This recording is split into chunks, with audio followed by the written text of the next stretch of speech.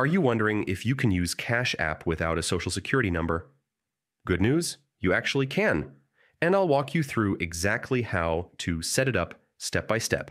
Stick around until the end because I'll share a tip that could even get you a bonus when you sign up. First, let's quickly cover the standard verification process so you understand what you're bypassing.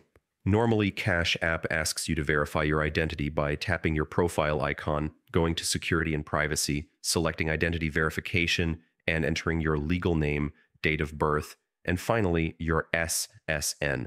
This step is used for fraud prevention and customer support, not for running credit checks. If you have an SSN, using it is the fastest way to unlock full access to Cash App.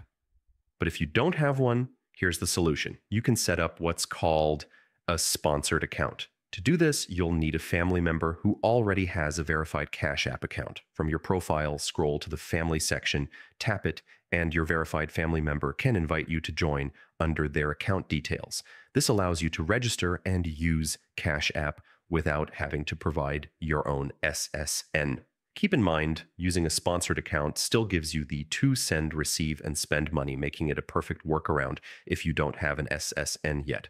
So, to recap, if you have an SSN, go through the normal verification for the fastest approval. If not, use a verified family member's invite through the Family section to get started. And don't forget, I've added my sign-up link in the description. Using it gives both of us a $5 bonus when you activate your account.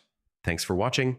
If you found this helpful, make sure to like this video, subscribe for more quick tutorials, and let me know in the comments if you have any other Cash App questions I should cover next.